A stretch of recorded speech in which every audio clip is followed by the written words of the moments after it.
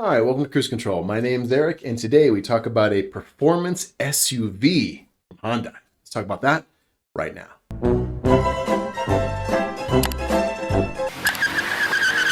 All right, so the Kona is just a basic little cheap SUV and gets you from point A to point B. Real small space, not a lot of cargo room, not a lot of rear seat room, but you get that higher up driving position and a little bit of cargo space and relatively decent fuel economy. So there you go.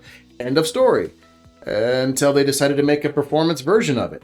I think they made a mistake though, not making it all-wheel drive. That's my opinion.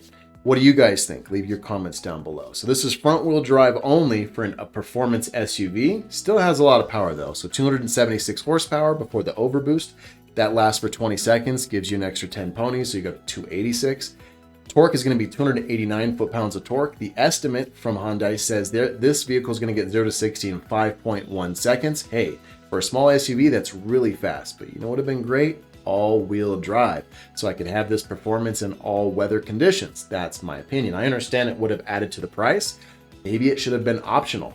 So pricing we don't know yet. I'm guessing $34,000, maybe $35,000 pricing to start.